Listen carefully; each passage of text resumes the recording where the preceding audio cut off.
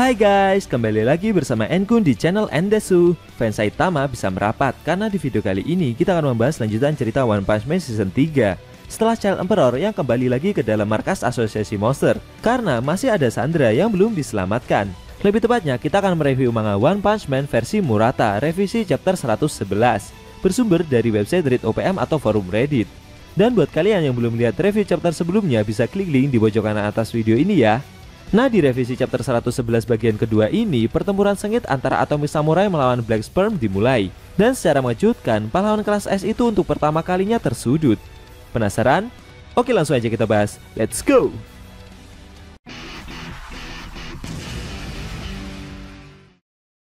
Di awal scene, kita diperlihatkan Atomic Samurai yang sedang berhadapan dengan Black Sperm. Dengan sombongnya, si monster bertanya kepada Atomic Samurai. Pendekar pedang itu barusan mencoba menebasnya. Apa mau cari mati?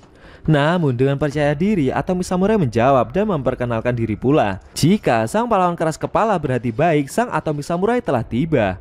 Dengan perkenalan itu, Black Sperm menyadari ternyata pendekar pedang yang sedang berada di hadapannya inilah pahlawan yang bernama Atomic Samurai yang sebelumnya Gyoro ceritakan.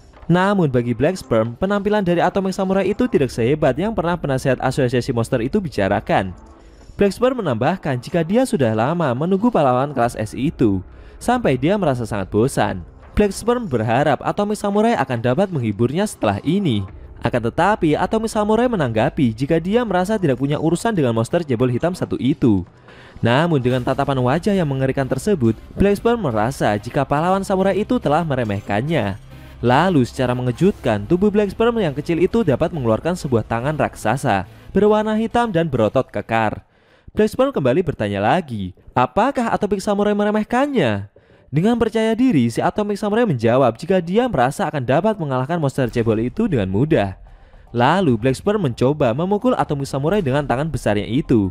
Namun dengan sigap menggunakan pedangnya, Atomic Samurai langsung menebas tangan raksasa tersebut. Dan akhirnya tangan raksasa milik Black Sperm berhasil terpotong dengan mudah. Atomic Samurai berkata jika dia sudah melewati berbagai macam pertempuran. Dan menurutnya monster seperti Black Sperm yang mana bisa berubah menjadi raksasa seperti itu, dia sudah pernah menebas monster dengan kemampuan mirip tersebut berkali-kali, membuatnya sudah merasa terbiasa dengan hal tersebut. Namun secara mengejutkan, dari belakang Atomic Samurai, potongan tangan raksasa yang ahli pedang tebas barusan dapat tumbuh, membesar seperti gubalan raksasa dan hidup sendiri, meski tidak tersambung dengan inti tubuh Black Sperm yang asli. Kalau Enkun lihat, kemampuan monster jebel hitam satu itu tuh mirip kayak amuba yang bisa membelah diri gitulah guys. Atomic Samurai cukup terkejut. Ternyata monster yang ada di hadapannya ini adalah salah satu tipe monster yang dapat membelah diri. Dan tipe monster seperti itu adalah monster yang sangat menyebalkan bagi pendekar pedang tersebut. Black Sperm menanggapi perkataan dari Atomic Samurai. Dia merasa kalau pahlawan kelas S itu adalah orang bodoh.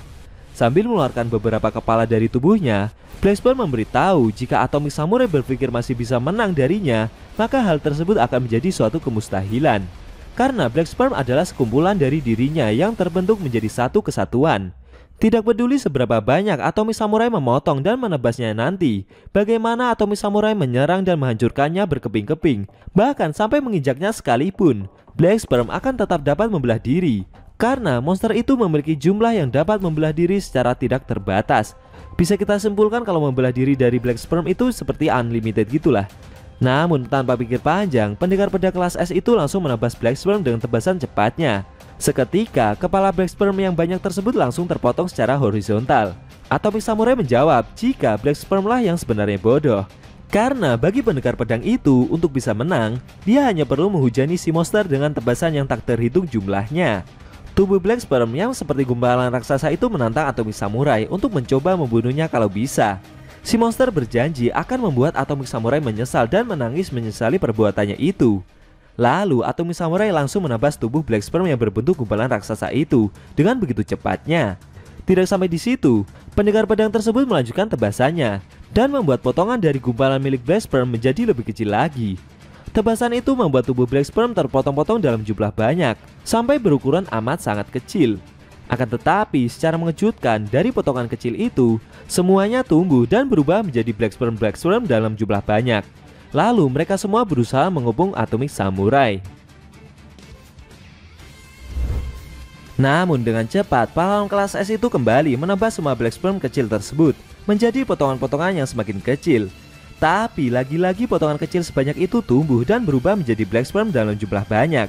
Lalu mereka kembali mencoba mengepung pahlawan kelas S peringkat 4 itu. Akan tetapi kembali lagi dengan tebasan pedangnya, Atomic Samurai menghancurkan semua pasukan Black Sperm yang mengepungnya. Hal tersebut terus berulang kali, lagi, dan lagi, seperti tidak ada habisnya. Mirip seperti suatu keputusasaan yang tiada akhir. Setelah itu, sampailah pada momen dari tebasan yang Atomic Samurai perbuat, menghasilkan Black Sperm yang memenuhi seluruh lokasi tempat pertarungan mereka. Dengan tatapan yang sangat mengerikan dan mengepung pahlawan kelas S itu, Black Sperm berkata jika semuanya telah berakhir, dan ini akan menjadi kuburan untuk Atomic Samurai. Setelah itu, salah satu Black Sperm berhasil memukul pendengar pedang tersebut dengan sangat keras, bahkan sampai membuatnya terpental. Si Atomic Samurai terkejut. Menurutnya, bahkan setelah membelah diri dengan begitu banyaknya, monster yang dihadapi ini masih mempunyai banyak sekali kekuatan yang belum dikeluarkan. Dalam benaknya, Atomic Samurai mulai menyesal karena dia sudah salah memperhitungkan kekuatan yang musuh miliki. Otomatis hal itu akan menjadi sangat gawat karena jumlah mereka amat sangat banyak. Lalu para pasukan Black Sperm itu langsung mengeroyok Atomic Samurai tanpa ampun, dan mereka terus memukuli pahlawan kelas S itu secara bertubi-tubi dari arah depan, belakang, dan samping. Bahkan sampai membuat tubuh dari pahlawan pendekar pedang kita satu itu seketika langsung bermandikan darah. Dan serangan besar tersebut diakhiri dengan Atomic Samurai yang sampai tersungkur sambil memuntahkan banyak darah pula. Setelah menerima begitu banyak pukulan telak dan tak ada satupun yang mampu dia hindari, untuk pertama kalinya juga kita diperlihatkan pahlawan kelas S, sang pendekar pedang terkuat, bisa tidak berdaya menghadapi seekor eksekutif asosiasi monster. Para pasukan Black Sperm itu berkata jika percuma saja kalau Atomic Samurai mau menyerangnya, apalagi bermimpi mau menang. Black Sperm menyarankan pendekar pedang tersebut untuk menyerah saja, karena untuk orang seperti Atomic Samurai, Black Sperm adalah lawan yang sangat merepotkan. Bisa dibilang monster itu adalah musuh terburuk yang pendekar pedang tersebut pernah hadapi selama ini. Black Sperm menambahkan jika apa yang Goro pikirkan tentang mencocokkan kekuatan lawan adalah ide yang sangat brilian. Akan tetapi, sepertinya Atomic Samurai masih tidak mau menyerah begitu saja guys. Lalu dengan pangkal pedangnya, pendekar pedang itu memukul lantai dengan begitu keras. Dan secara mengejutkan, atap dari lokasi pertempuran mereka langsung terpotong-potong dengan begitu cepatnya. Si Atomic Samurai mencoba menyerang pasukan Black Sperm itu dengan reruntuhan bangunan, sambil berkata, "Terkuburlah kalian semua." Para gerombolan Black Sperm itu pada terkejut, seakan tidak percaya jika pahlawan yang sudah mereka pukul sampai babak belur barusan masih bisa untuk menyerang. Lalu potongan atap tersebut menjatuhi pasukan Black Sperm secara bersamaan dengan sangat keras. Pertempuran besar dari kedua karakter itu sampai menghasilkan suara yang sangat berisik dan menghasilkan getaran seperti gempa di sekitar lorong. Bahkan Zombieman yang sedang berada di dalam lorong yang lokasinya di bawah tempat pertempuran mereka berlangsung juga ikut merasakan getaran tersebut. Dia mendengar suara gemuruh dan getaran yang begitu kuat akibat efek pertarungan dari Atomic Samurai dengan Black Sperm di lantai atas tempat dia berada. Dengan kejadian itu, Zombieman merasa khawatir dengan kondisi pertempuran yang sedang terjadi. Namun secara mengejutkan, tiba-tiba muncul sesosok pria berambut panjang dari belakang. Pria tersebut bertanya, "Apa kau sebegitu khawatirnya dengan kemungkinan terbunuhnya para pahlawan lain?" Otomatis Zombieman langsung terkejut dengan kemunculan orang yang secara tiba-tiba di belakangnya itu. Dia tidak menduga ada seseorang yang muncul begitu dekat tanpa ia sadari. Dengan sigap, Zombieman langsung mencoba menyerang orang tersebut dengan pistol yang ia bawa. Namun orang itu juga bersiap untuk menyerang pahlawan kelas S tersebut dengan tangan kosong dan cuma menggunakan telunjuk tangannya saja. Di luar dugaan, meski dengan tangan kosong, namun orang tersebut mampu mengeluarkan serangan cahaya dari tubuhnya. Serangan yang dilancarkan orang itu sangat besar. Bahkan efek ledakannya membuat beberapa lorong di belakang Zombieman ikut hancur. Dan seketika lokasi pertempuran mereka langsung diselimuti debu yang cukup tebal. Ternyata orang yang menyerang Zombieman itu adalah salah satu eksekutif asosiasi monster dengan level bencana naga bernama Homuro Sutei, atau dalam bahasa Inggris disebut sebagai Homeless Emperor.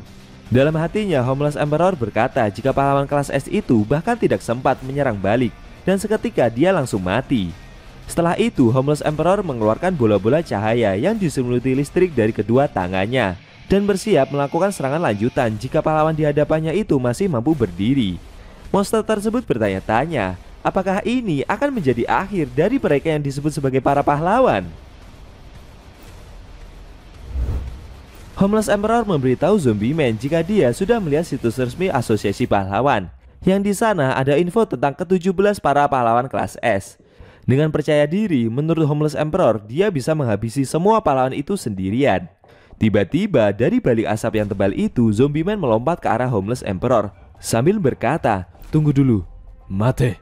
Lalu melancarkan serangan balasan dengan tebasan kapaknya dari belakang monster tersebut. Si Homeless Emperor terkejut.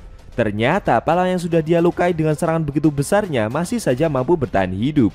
Lalu Zombie Man mencoba menebas si monster. Namun dengan sigap, Homeless Emperor dapat menghindar dan malah melancarkan serangan balasan dengan tembakan cahaya dari tangan kirinya ke arah kepala dari pahlawan kelas S itu. Serangan tersebut membuat kepala dari Zombie Man hancur dan seketika tubuhnya langsung tersukur ke lantai. Akan tetapi tiba-tiba terdengar suara aneh dari dalam tubuh pahlawan kelas S yang terjatuh itu. Sesaat Homeless Emperor bertanya-tanya, apa yang akan terjadi setelah ini? Lalu secara mengejutkan dari dalam tubuh Zombie Man keluar tembakan besar tepat ke arah wajah dari monster tersebut. Namun eksekutif asosiasi monster itu mampu menangkis tembakan kejut yang Zombie Man lancarkan. Benturan serangan itu mengeluarkan ledakan diselimuti cahaya yang cukup besar. Ledakan tersebut membuat tubuh dari Zombie Man langsung terlempar sampai membentur dinding di belakangnya dengan sangat keras. Sambil memasang kuda-kuda dan tersenyum, Homeless Emperor berkata jika serangan barusan sepertinya terasa menyakitkan untuk pahlawan kelas S itu. Di sisi lain, dengan kepala dan bagian tubuh lainnya yang masih meregenerasi, Zombie Man tidak menyangka jika kombinasi serangan balasan dan serangan kejut yang ia lancarkan barusan bisa dihindari. Bahkan dengan radius serangan sedekat itu berhasil ditangkis monster tersebut dengan sangat sempurna. Saat tubuhnya meregenerasi hampir secara penuh, Zombie Man sempat mengeluarkan sebuah pistol dari dalam dadanya dan berkata jika untungnya dia telah menyimpan senjata pamungkasnya untuk dijadikan kartu as. Setelah itu, Zombie Man menodongkan pistolnya dan bersiap menyerang Homeless Emperor lagi. Lalu kedua karakter itu saling menyerang satu sama lain. Tembakan dari pistol yang Zombie Man miliki begitu besar. Namun Homeless Emperor tidak kehabisan akal. Dia membalasnya dengan bola-bola cahaya yang menyelimutinya. Bola-bola itu Homeless Emperor terbangkan ke arah Zombie Man secara bertubi-tubi. Serangan tersebut membuat tubuh dari Zombie Man langsung hancur, terbakar dan hanyut ditelan besarnya kekuatan yang monster itu keluarkan. Dahsyatnya serangan dari Homeless Emperor barusan membuat area pertempuran mereka diselimuti asap yang amat sangat tebal.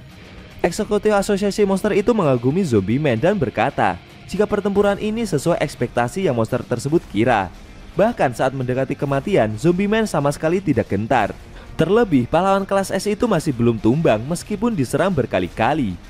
Kejadian tersebut membuat Homeless Emperor mengakui jika Zombie Man adalah pahlawan yang benar-benar kuat. Meski sudah menerima serangan yang begitu telak, dari balik asap yang tebal itu perlahan muncul tubuh Zombie Man yang terbakar mulai beregenerasi. Dengan tubuh yang masih terbakar dan mengeluarkan asap, Zombie Man berkata jika dia tidak tahu seperti apa trik licik dari serangan yang si monster lancarkan barusan. Bagi Zombie Man, serangan itu mirip dengan sihir. Dalam benaknya, Zombie Man terkejut. Baginya bukan main monster satu ini. Kekuatannya sungguh luar biasa. Homeless Emperor berkata jika dia kaget dengan kekuatan yang Zombie Man miliki.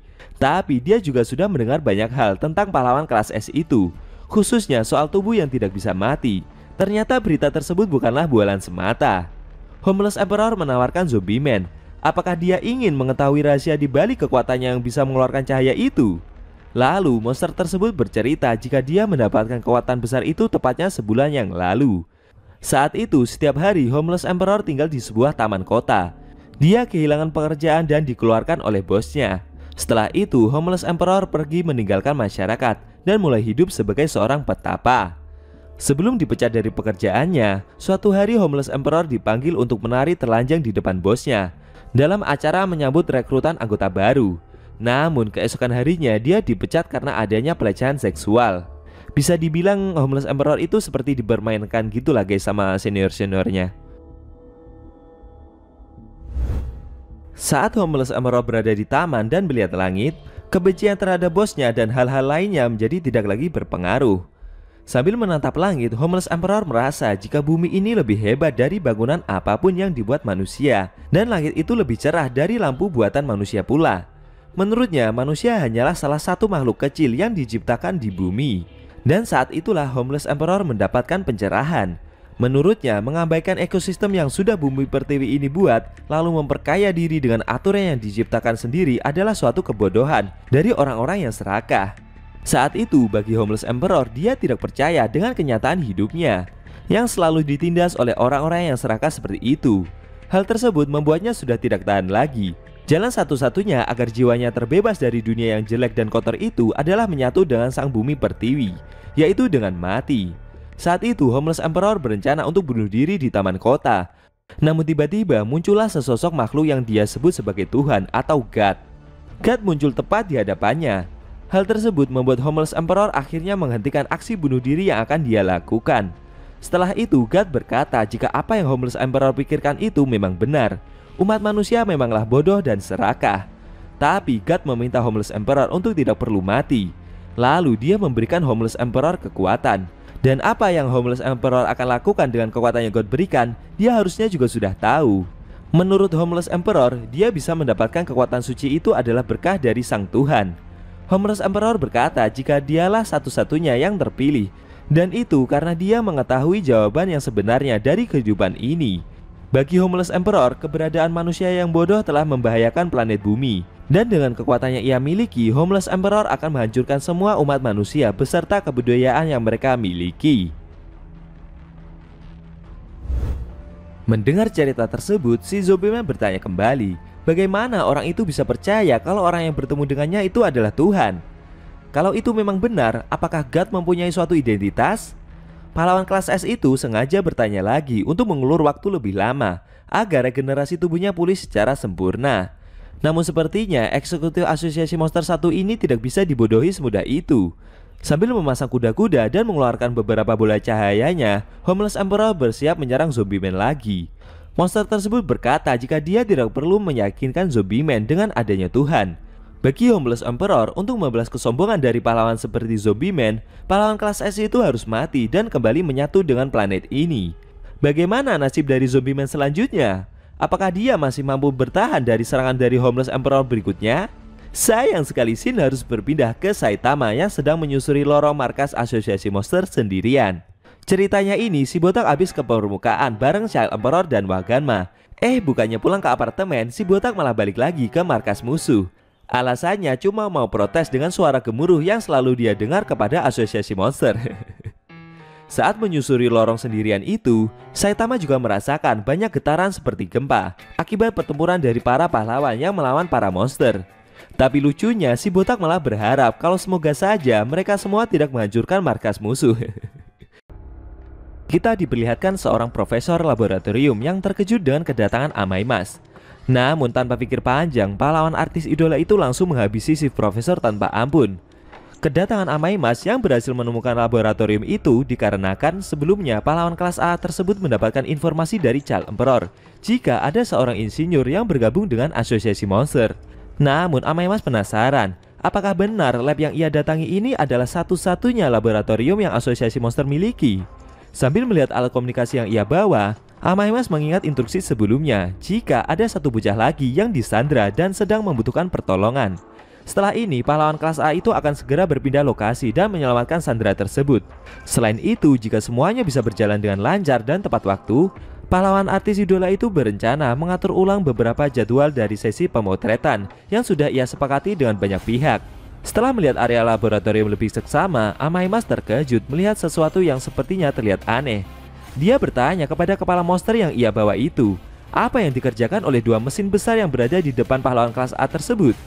Si monster yang sudah tidak berdaya itu meminta Amaimas untuk membunuhnya saja. Namun pahlawan artis tersebut menawari monster itu, jika dia mau bercerita maka Amaimas akan melepaskannya nanti. Akhirnya monster itu mau bercerita jika dua perangkat besar itu adalah mesin untuk mengolah sel monster yang dipanen dari tubuh raja mereka, yaitu Tuan Orochi. Dengan mengonsumsi sel monster itu dapat membuat manusia memiliki kekuatan yang sangat besar dan merubah mereka menjadi monster. Amaimas tidak menyangka jika dia akan melihat dengan mata kepalanya sendiri wujud dari sel monster yang dibicarakan banyak orang sebelumnya. Amaimas merasa penasaran, bagaimana jika dia memusnahkan sel monster yang ada di hadapannya itu? Hal tersebut diibaratkan seperti dia telah berani menantang dan ingin memusnahkan si Raja Monster Orochi saja. Setelah itu, secara mengejutkan, Amaimas malah melompat dan menghancurkan kedua mesin pensuplai sel monster tersebut dengan pukulannya. Tidak sampai di situ saja, Amaimas juga menghancurkan seluruh laboratorium milik asosiasi monster itu tanpa ada yang tersisa. Lalu dengan cepat, pahlawan artis tersebut keluar dari ruangan itu dan berjalan keluar menyusuri lorong, sambil diiringi ledakan besar laboratorium yang berada di belakangnya. Si kepala monster yang mendengar Amaimas ingin mengalahkan tuan mereka Orochi tertawa, karena hal tersebut tidak akan bisa pahlawan kelas A itu lakukan. Bahkan menurut si monster, Amaimas tidak akan bisa menghadapi salah satu eksekutif yang asosiasi monster miliki. Namun sambil percaya diri, Amaimas berkata jika dia sama sekali tidak merasa khawatir, karena tidak peduli dengan apa yang ada di hadapannya, dia akan selalu menang, mengalahkan mereka dengan keindahan dan paras tampan yang pahlawan kelas A itu miliki. Amaimas menegaskan jika tidak ada satupun yang dia takutkan saat melakukan misi penyerangan ini. Akan tetapi, tiba-tiba pahlawan artis itu merasa jika ada sesuatu yang berada di sampingnya. Sontak saja, Amaimas langsung terkejut dan memasang kuda-kuda untuk bertahan. Ternyata di sebelah artis idola itu ada beberapa lapis cermin yang berukuran besar dan luas. Setelah melihat wajahnya lebih lama, Amaimas mulai merasa tenang kembali. Bahkan pahlawan kelas A itu sempat bergaya dengan beberapa pose di depan cermin tersebut. Hal itu membuat si monster yang kepalanya selalu dipegang oleh Amaimas sampai merasa sebal dengan kondisinya sekarang ini. Sambil senyum-senyum dan mengagumi ketampanannya sendiri di depan cermin, Amaimas berkata jujur jika dia barusan sempat merasa takut sebentar. Bahkan kejadian barusan membuat si monster jadi merasa terkecoh dengan apa yang terjadi. Pahlawan artis itu cukup lama berdiri di depan cermin. Dia sempat menata rambutnya agar terlihat lebih indah. Hal itu membuat kepala monster yang selalu Amaimas bawa sempat terheran-heran. Seakan pahlawan tersebut tidak buru-buru menyelesaikan misi yang dia jalani. Karena jengkel dengan aksi dari Amaimas, si monster juga bercerita jika dia pernah mendengar rumor kalau pahlawan kelas A itu adalah seorang yang narsis dan mengerikan. Namun Amaimas menanggapinya dengan santai dan masih saja menata rambutnya itu.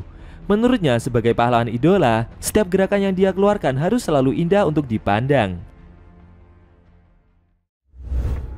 Saat Amaimas yang masih menata rambutnya itu, secara mengejutkan muncul sesosok monster besar dan tersenyum mengerikan di belakangnya. Sontak saja dengan sigap pahlawan artis itu langsung melemparkan kepala monster yang ia pegang dan menghancurkan cermin besar yang ada di hadapannya itu. Saking ketakutannya, Amaimas sampai memanjat ujung dinding cermin di belakangnya dan berusaha untuk menjaga jarak dengan monster yang ada di hadapannya itu. Si monster besar itu bertanya, kenapa Amaimas bertingkah buruk seperti layaknya kotoran ayam? Padahal dia harusnya juga tahu sendiri jika di sini adalah markas asosiasi monster berada. Namun semakin lama melihat wujud si monster, pahlawan kelas A itu malah semakin berkeringat ketakutan. Dalam benaknya, Amaimas merasa jika sekarang ini adalah momen terburuk dari yang terburuk yang pernah dia alami selama menjadi seorang pahlawan. Lalu tanpa ampun, monster tersebut menendang Amaimas dengan sangat keras, membuat artis idola itu terlempar dan menghancurkan banyak cermin di belakangnya. Meski begitu, Amaimas mampu bertahan dan menjaga kuda-kudanya. Akan tetapi dalam benaknya, pahlawan artis idola itu menyadari jika kali ini dia tidak akan bisa menang melawan monster yang ada di hadapannya sekarang. Sambil berjalan mendekati Amaimas, monster itu berkata jika dia mengetahui pahlawan artis idola tersebut. Si monster mengaku jika Amaimas adalah tipe pahlawan yang paling dia benci. Menurut si monster, mereka berdua sama-sama membuat para gadis berteriak histeris. Namun cara mereka lah yang membedakan teriakan tersebut. Sambil tersenyum dan penuh hasrat untuk membunuh pahlawan kelas A itu, si monster berkata jika seberapa bagus penampilan dan cara Amaimas bertarung, itu semua akan dia hancurkan dengan kenyataan yang akan terjadi setelah ini. Ternyata monster yang menyerang pahlawan artis idola itu adalah salah satu eksekutif dari asosiasi monster, memiliki level bencana naga bernama Father Ugly. Saking jeleknya wajah yang monster itu miliki, sampai membuatnya amat sangat membenci pahlawan artis idola tersebut. Setelah itu, Father Ugly menyerang Amaimas dengan pukulannya secara bertubi-tubi. Namun pahlawan artis tersebut tidak bertahan dan menerima pukulan itu tepat di wajahnya dengan sangat telak. Si monster kembali bertanya kepada pahlawan itu, kenapa dia tidak bergerak sama sekali? Setelah ini, Father Ugly mengancam akan memukul wajah Amaimas sampai dia nantinya memiliki wajah sejelek yang monster itu miliki. Dengan begitu, si monster akan membiarkan pahlawan kelas A itu mengagumi wajah jeleknya sendiri yang telah hancur di depan cermin untuk waktu yang lama. Kayaknya monster satu ini tuh benar-benar kebalikan dari Amaimas ya guys. Amaimas yang berdiri ketakutan dan sambil berkeringat itu masih belum beranjak dari tempat ia berada. Dalam benaknya dia merasa jika eksekutif asosiasi monster satu ini benar-benar kuat. Amaimas menyadari jika monster itu adalah jenis dari tipe monster buruk rupa. Monster buruk atau monster buruk rupa adalah salah satu monster langka. Jenis monster itu tercipta ketika seseorang yang buruk rupa menemukan berbagai macam masalah dalam kehidupan sosial akibat dari wajahnya yang jelek, dan dia memendam benih kebencian itu yang amat sangat dalam, sehingga hatinya termakan oleh kegelapan. Kekuatannya menjadi monster dipengaruhi oleh besarnya rasa kebencian yang pernah dia rasakan. Pahlawan artis tersebut masih berdiri ketakutan dan belum bergerak sama sekali. Dalam benaknya, Amaimas menyadari jika rasa takut yang dia alami ini karena dia tidak bisa bergerak saat melihat sesuatu yang amat sangat buruk rupa di hadapannya. Jadi bisa dibilang itu adalah kelemahan dari Amaimas ya guys. Kalau dia melihat sesuatu yang buruk, maka dia tidak bisa bergerak. Simpelnya seperti itulah. Kali ini, pahlawan artis idola itu benar-benar bertemu dengan monster yang memiliki perbedaan nasib 180 derajat dengannya. Kali ini diperlihatkan Child Emperor yang kembali ke dalam markas asosiasi monster. Bocah jenius itu berjalan menyusuri lorong sendirian. Sambil membawa alat komunikasinya, Child Emperor berharap ada kontak lagi dari Atomic Samurai soal anak yang disandera itu.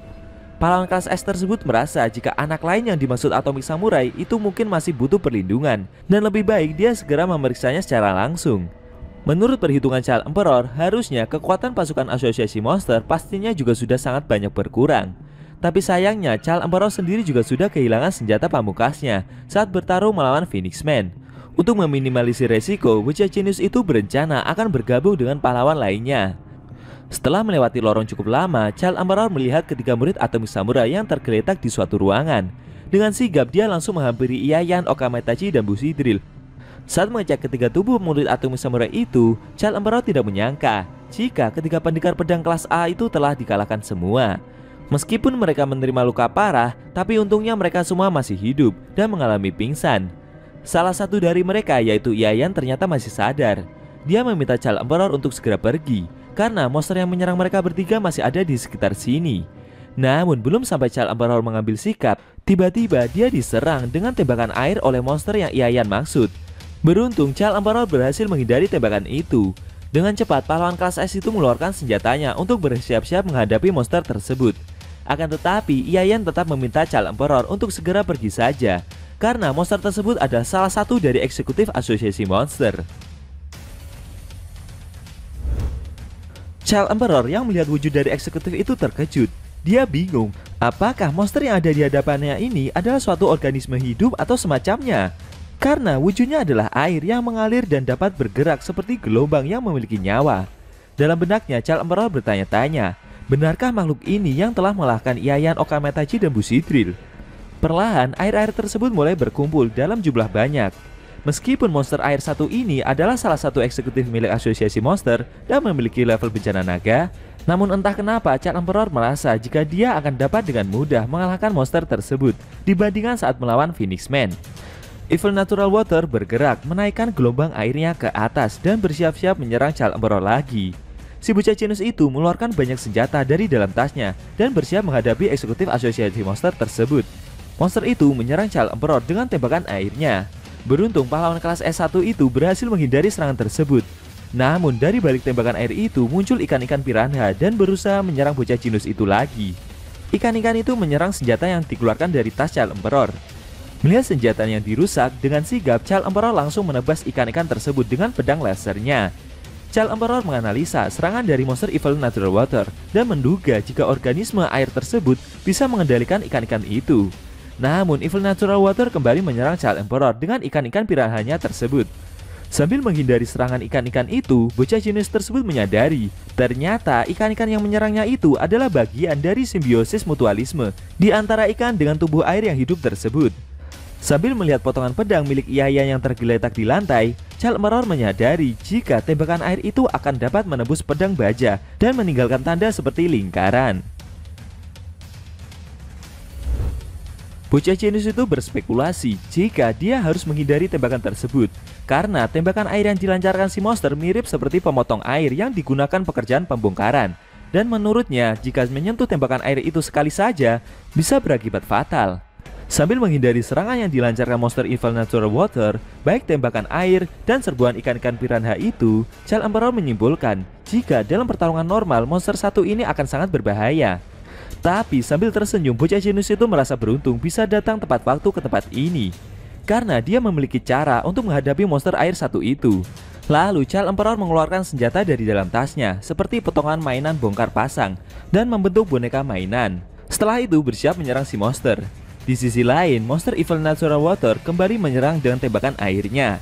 Child Emperor merespon serangan tersebut dengan tembakan udara beku dari dalam mulut boneka yang dia keluarkan. Karena monster itu terbentuk dari air, maka seketika serangan yang monster Evil Natural Water lancarkan langsung membeku, dan si monster tidak bisa bergerak layaknya ombak yang membeku karena dinginnya udara di musim salju. Dugaan Child Emperor tepat, ternyata monster yang dia hadapi ini tidak bisa mengatur temperatur tubuhnya. Terbukti dengan tubuh monster tersebut yang membeku dan tidak bergerak sama sekali itu. Meski bertarung menggunakan peralatan seadanya, ternyata Child Emperor mampu menghentikan monster satu itu. Kita diperlihatkan Child Emperor yang berhasil menghentikan monster Evil Natural Water dengan cara membekukannya. Akan tetapi, belum selesai Child Emperor membekukan monster tersebut, tiba-tiba datang monster lain. Dia adalah monster Hedoro Kurage yang sebelumnya sempat Child Emperor kalahkan saat menyelamatkan Wagama di dalam sel tahanan. Meski sebelumnya sudah dibakar habis, ternyata monster minyak satu itu masih hidup ya guys. Rencananya si monster ingin balas dendam dan membantu monster Evil Natural Water dalam mengalahkan Child Emperor. Eksekutif asosiasi monster yang hampir membeku itu mencoba untuk bergerak, dan secara mengejutkan, dia malah menyerang monster Hedoro Kurage, lalu menyerap semua cairan minyak yang ada di dalam tubuh monster itu. Child Emperor yang melihat aksi dari monster Evil Natural Water amat sangat terkejut. Seluruh cairan yang menyelimuti monster Hedoro Kurage terus diserap oleh monster Evil Natural Water, seakan monster satu ini mendapatkan sumber kekuatan baru dari monster minyak tersebut. Evil Natural Water bahkan menyerap semua cairan minyak itu sampai habis. Di sisi lain, Child Emperor yang masih membekukan monster Evil Natural Water dengan boneka saljunya itu menganalisa perbuatan dari si monster. Dia menyadari jika monster itu tidak menambah kapasitas air di dalam tubuhnya, melainkan menggabungkannya dengan minyak. Sedangkan dia juga menyadari jika bahan dasar minyak memiliki titik beku yang jauh lebih rendah dibandingkan dengan air. Kesimpulannya, bahan minyak akan lebih sulit untuk dibekukan. Setelah selesai menyedot semua minyak dari dalam tubuh monster Hedoro Kurage, Evil Natural Water menggabungkan minyak tersebut ke dalam cairan tubuhnya. Lalu dia mulai berkembang dan volume air di tubuhnya semakin membesar. Child Emperor mulai panik karena dia tidak pernah berpikiran jika tubuh cairan yang dia hadapi sekarang ini memiliki pengetahuan dan penilaian seperti itu. Bahkan di saat sudah terpojok, monster Evil Natural Water bisa memikirkan solusi tepat meskipun tubuhnya tidak mempunyai otak dan saraf. Melihat si monster yang semakin bertransformasi menjadi cairan minyak, Child Emperor seperti tidak terima dengan kenyataan di depan matanya. Dia merasa lebih banyak belajar dibandingkan si monster, namun kenyataannya sekarang justru berkata lain. Lalu secara mengejutkan, monster Evil Natural Water menyerang Child Emperor dengan tembakan minyaknya. Serangan tersebut mengenai kaki dari Child Emperor dan merusak robot boneka pembeku miliknya. Child Emperor mulai berkeringat. Dia tidak menyangka jika serangan yang dilancarkan si monster berhasil mengenainya. Dan kekuatan yang dimiliki eksekutif asosiasi monster itu sekarang ini jauh lebih kuat daripada sebelumnya. Bocah jenius tersebut merasa jika riwayatnya sudah tamat. Karena kondisinya sekarang ini, Child Emperor tidak mempunyai alat untuk bisa membekukan monster tersebut. Barusan boneka pembukunya juga telah dihancurkan oleh si monster. Bahkan hampir semua senjatanya telah dia gunakan dalam pertempuran sebelumnya. Bagaimana nasib dari bocah jenius kita satu ini? Sayang sekali Shin harus berpindah. Diperlihatkan salah satu eksekutif asosiasi monster bernama Monster Gams yang bersiap melahap Pigat. Sedangkan pahlawan gendut kita satu ini sudah dalam keadaan terluka parah dan tidak bisa bergerak setelah mencoba melawan salah satu eksekutif asosiasi monster tersebut. Kita diperlihatkan para pahlawan kelas S yang satu persatu dikalahkan oleh eksekutif asosiasi monster. Mulai dari Pigot, sang pahlawan kelas S peringkat 10 yang sudah dalam keadaan terluka parah dan mau dimakan oleh Monster Gam. Berikutnya ada Atomic Samurai, sang pahlawan kelas S peringkat 4 yang telah dikalahkan oleh para pasukan Black Sperm. Bahkan Atomic Samurai sampai tidak bisa bergerak karena terlalu banyak menerima serangan yang dilancarkan si monster. Selanjutnya ada pahlawan kelas S peringkat 8 yaitu Zombie Man yang mengalami luka bakar yang amat sangat parah. Setelah menerima serangan dari Homeless Emperor, si monster yang bersiap menyerang Zombie Man itu bertanya, apakah pahlawan kelas S itu sudah tidak bisa meregenerasi tubuhnya lagi? Di sisi lain ada pahlawan kelas S peringkat kelima yaitu bocah jenius kita Child Emperor yang sedang ditelan oleh monster cairan hidup Evil Natural Water. Meski sedang tersudut, pahlawan jenius kita satu ini berusaha berpikir keras dan mencari cara agar bisa membalikkan keadaan. Sedangkan dia sendiri sudah hampir menggunakan semua senjata yang ada di dalam tasnya. Lalu ada pahlawan kelas S peringkat 17 yaitu Buri-Buri Prisoner yang mencoba bangkit setelah diajar oleh Garou. Dalam benaknya, pahlawan flamboyan itu mencoba meyakinkan dirinya untuk tetap percaya dengan kekuatan cinta, serta dengan kekuatan imajinasi, dia harusnya juga masih kuat untuk berjalan. Setelah itu, ada pahlawan kelas A peringkat pertama, yaitu Amaimas, yang berteriak ketakutan melihat wajah dari monster Father Ugly yang sangat jelek itu. Saking ketakutannya, bahkan membuat Amaimas sampai mimisan, guys. Berikutnya diperlihatkan ketiga murid Atomic Samurai, Bushidrill, Okamaitachi, dan Iayan yang tergeletak tidak berdaya setelah menghadapi monster Evil Natural Water. Bahkan Bushidrill dan Okamaitachi sampai pingsan. Hanya Iayan saja yang masih sadarkan diri. Namun dia juga tidak bisa membantu Child Emperor yang sedang terpojok itu. Para pahlawan kelas atas memang memiliki kemampuan yang sangat luar biasa, apalagi di dalam jajaran para pahlawan yang ada di Asosiasi Pahlawan. Namun pada hari ini, Asosiasi Pahlawan untuk pertama kalinya menghadapi sekelompok monster yang sesungguhnya. Kali ini mereka harus bersiap-siap untuk menghadapi kematian yang ada di depan mereka. Bagi para pahlawan yang telah mendapatkan kekuatan melebihi manusia biasa, harusnya itu bukanlah takdir yang harus mereka hadapi. Namun untuk hari ini mereka tidak siap untuk mati. Dalam pikiran mereka, ketakutan yang telah lama mereka lupakan mulai muncul kembali. Pada kenyataannya, hal itu bukan pertama kalinya umat manusia melakukan kontak dengan ancaman sebesar ini. Tapi selama si botak berjubah tetap tidak peduli dan tidak mau menceritakan aktivitas tempurnya selama ini, maka selamanya akan tetap tidak ada yang tahu seberapa hebat dia dan jasa-jasa apa saja yang sudah dia perbuat. Dalam Asosiasi Pahlawan ada juga seseorang di antara para staf elit yang mengharapkan monster yang sangat kuat, yang bisa membuat para pahlawan kelas S tersandung, yaitu staf Shichi. Namun tetap saja, alasan mengapa dia begitu percaya diri dengan kekuatan tempur tim penyerang adalah karena keikutsertaan pahlawan kelas S peringkat 2, yaitu Tatsumaki. Bahkan di saat seperti ini pun, Tatsumaki malah dengan mudahnya mengalahkan penasehat milik Asosiasi Monster sendirian. Dalam sikap frontal, dia adalah makhluk yang tidak bisa diharapkan di dunia ini untuk dikalahkan. Daripada dibandingkan dengan Blast, sang pahlawan kelas S peringkat pertama, yang tidak sembarangan berdiri di tengah panggung, karena dia diperlakukan sebagai senjata terakhir milik Asosiasi Pahlawan. Kali ini diperlihatkan Tatsumaki yang berhasil mengalahkan Gyoro-Gyoro dan telah mengangkat jasad yang berada di dalam tubuh si monster. Tatsumaki tidak menyangka jika tubuh asli yang berada di dalam tubuh Gyoro-Gyoro hanyalah bongkahan daging saja. Dia juga menyadari jika teriakan yang dilakukan si monster beberapa waktu lalu saat disiksa cuma acting dan semuanya hanyalah akal-akalan Gyoro-Gyoro agar tidak terlihat sekarat saja.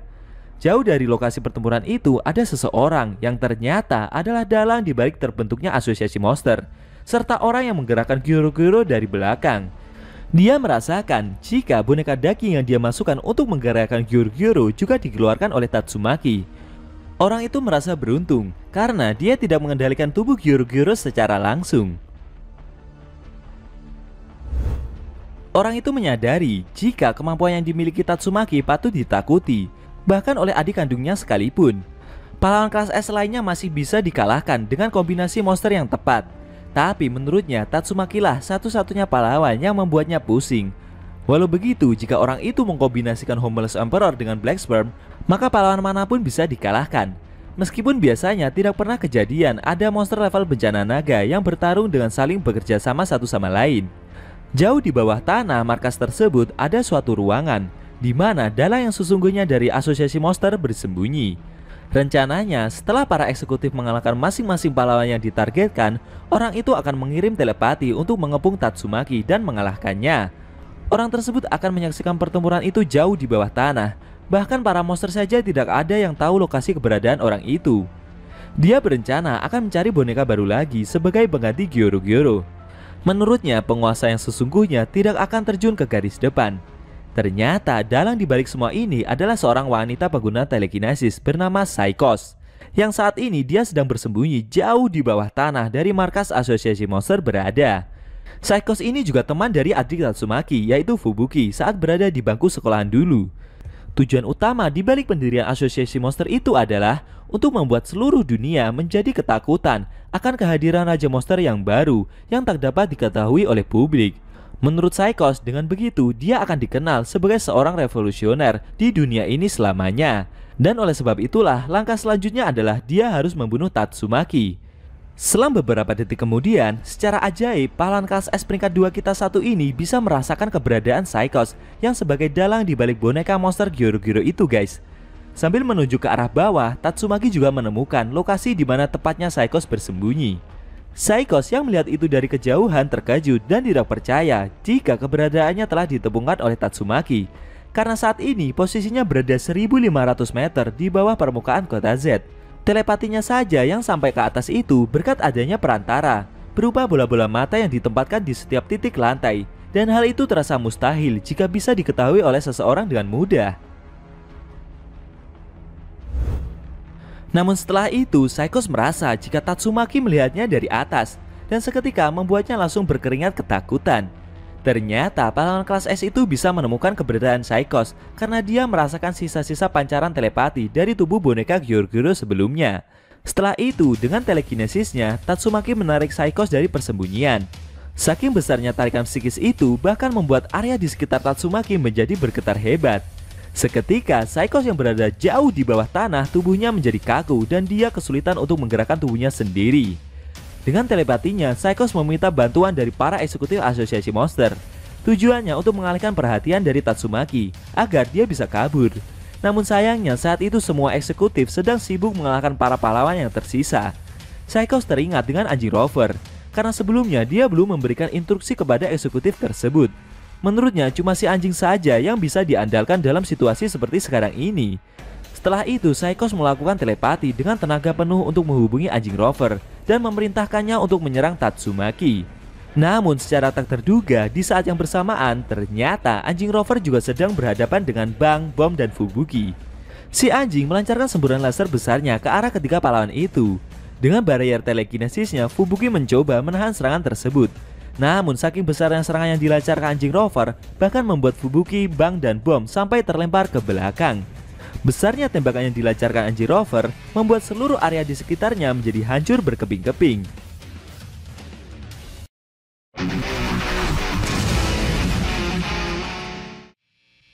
Oke guys, itu tadi review manga One Punch Man chapter 123 yang ending scene-nya memperlihatkan Fubuki, Bang, dan Bom yang terhempas setelah menahan semburan laser dari anjing Rover. Bagaimana menurut kamu? Jangan lupa tinggalkan komentar kalian ya.